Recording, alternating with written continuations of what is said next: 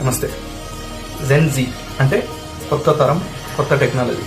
దీనిపైన గత ఒక 10-15 రోజుల కిందటి నుంచి వచ్చే అపోహలు ఏంటంటే బంగ్లాదేశ్ ప్రభుత్వం పడిపోయింది, నేపాల్ ప్రభుత్వం పడిపోయింది, శ్రీలంక ప్రభుత్వం పడిపోయింది.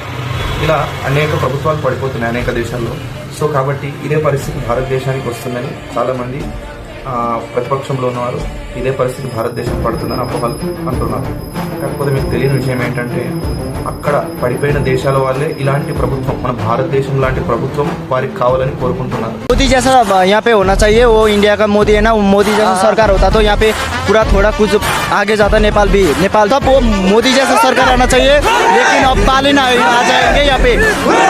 Nepal is happy to join India's multilateral initiative of the International Solar Alliance and more recently the International Big Cat Alliance. So మనం మన దేశంలో ఉండి ఇలాంటి అపోహలు పెట్టుకోవద్దని మీకు చెప్తున్నాను. ఎందుకంటే భారతదేశం చాలా గొప్పది, సనాతన ధర్మం కోసం కొట్లాడేవారు చాలా మంది ఉన్నారు. సో అలాంటి పరిస్థితుల్లో మనకు వారికి పట్టిన పరిస్థితి ఈ దేశానికి పట్టదని మనం గమనిద్దాం. నమస్తే.